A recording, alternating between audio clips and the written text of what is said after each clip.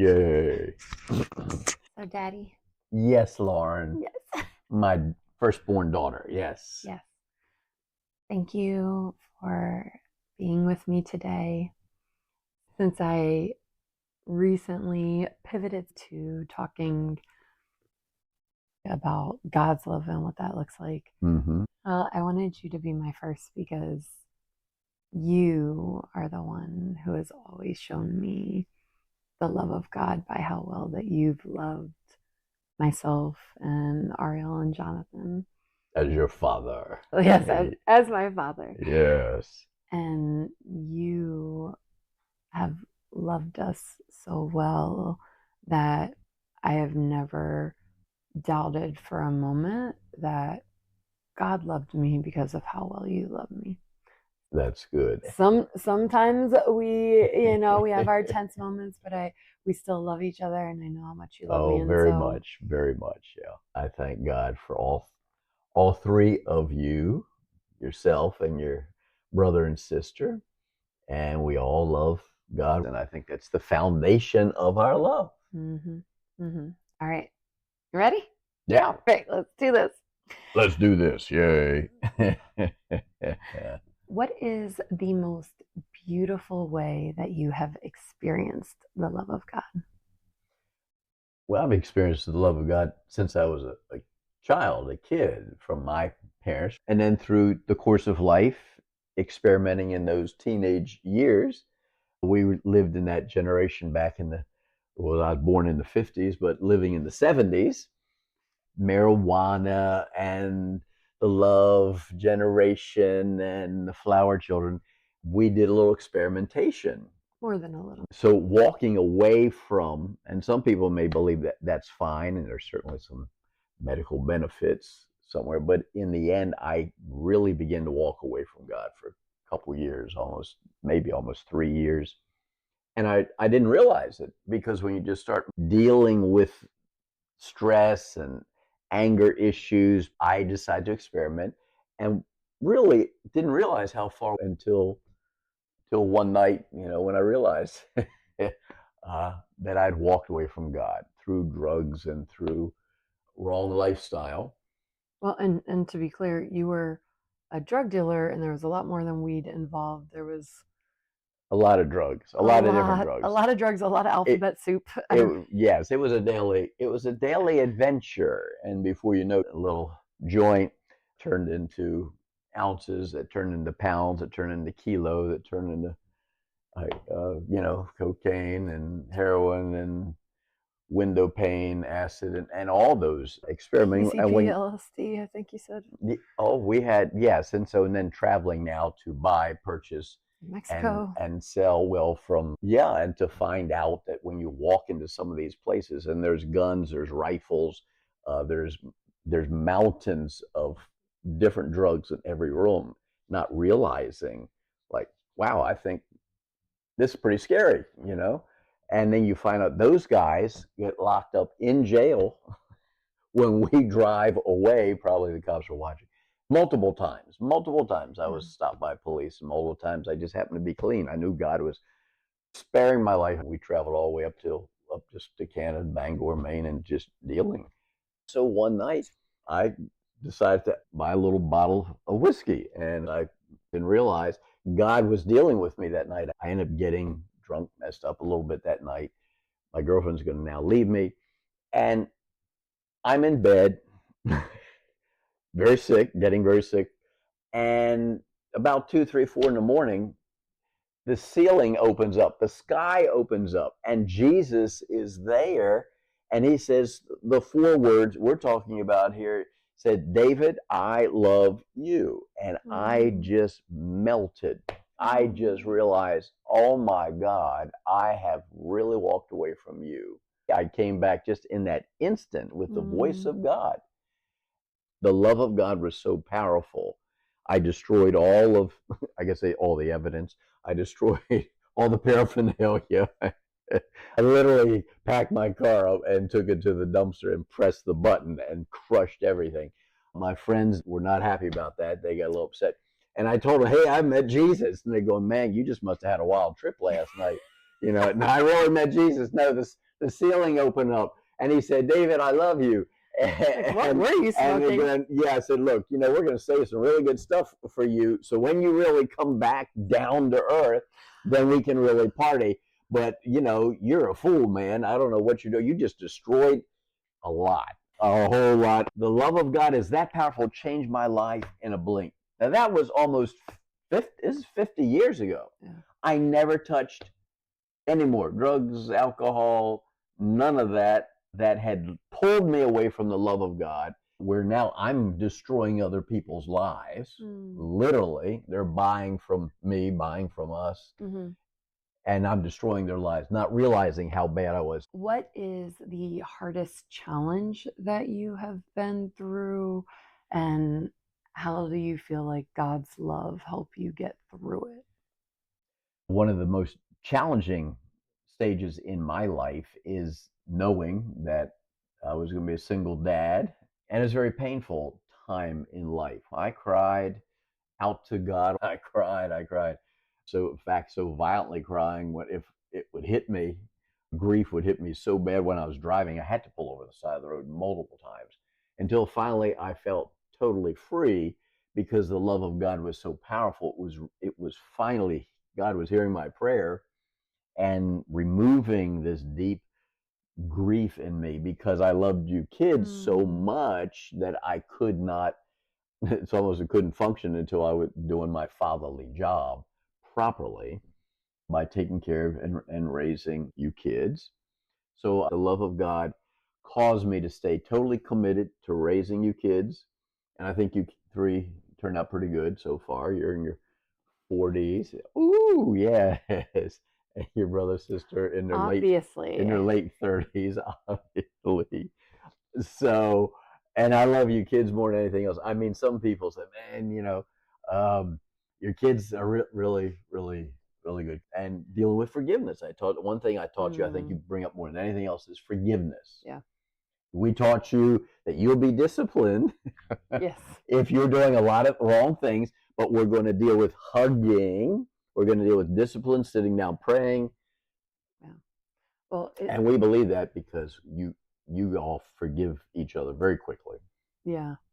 Well, if I caught that correctly, you were saying that when you became a single father, you really experienced the love of God as you were kind of pouring into us kids, and also just how you felt like God was helping you process through the grieving of that stage in your life and just kind of all the changes that were coming along in that life, and help you also to forgive.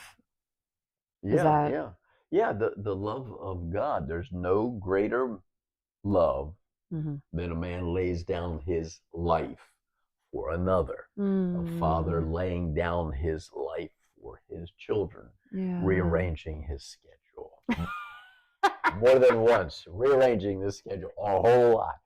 And that was a known fact. If you're going to be a father of children, then you need to rearrange your whole life. But it is the love of God laying your life down for another. That is the definition of love. You're famous for rearranging your life for us kids. Is there any area in your life that you feel like you can really work on to No. be No, I think we've got it all figured out.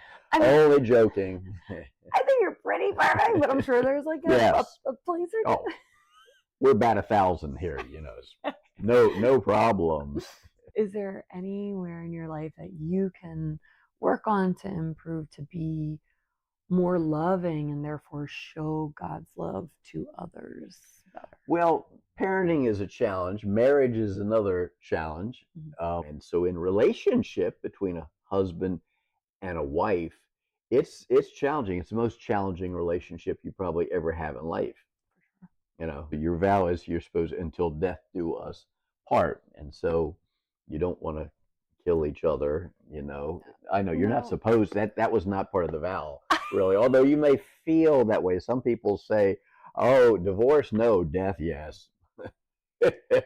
I know. Sorry, a little humor, little humor. We do Okay. not condone. Are you going to edit that out? I don't know, but but but you feel it's very challenging and it's very stressful at moments. Yeah. There's a lot of forgiveness that's involved in marriage. A lot of forgiveness. I definitely get down on my knees and ask forgiveness often, maybe on a daily basis, just so that we keep peace. Yes, yes. So what can you work on to, if you're talking about marriage, to show Charlene more love? I realize, and she's an iron chef. She's a cook. The girl cook, which means it's a different world that I live in. I'm very simple. If you want to have eggs, we crack an egg, put a little pepper on it, maybe a piece of cheese, and you eat it. It's maybe a little barbecue sauce that solves all the problems of cooking. Old Bay. Yeah, yeah, Old Bay. obey, We're but she'll have 10 other things, which means shopping, which means cleaning, which means cooking, which means does it taste delicious? It's phenomenal, but it's more. And so for me, I have to work on now. I'm going to have to help clean. I'm going to have to help, and I have to help shop and help. So it's so much more, and that's the idea. That's the point. God's challenging me to be more like Jesus, to be more compassionate, more loving, and to serve. Basically, it's service. The mm, love of God is serving yeah. your mate and finding out what her love language is. Well, she enjoys acts of service. Mm-hmm. And that's how I ask God for mercy and compassion and strength to They're new every serve day. more when I've got a lot of other things to do. And we always find time for each other. It's good. It's Mm-hmm. very good. She's an amazing cook, and so it's really important to her that you help her with that.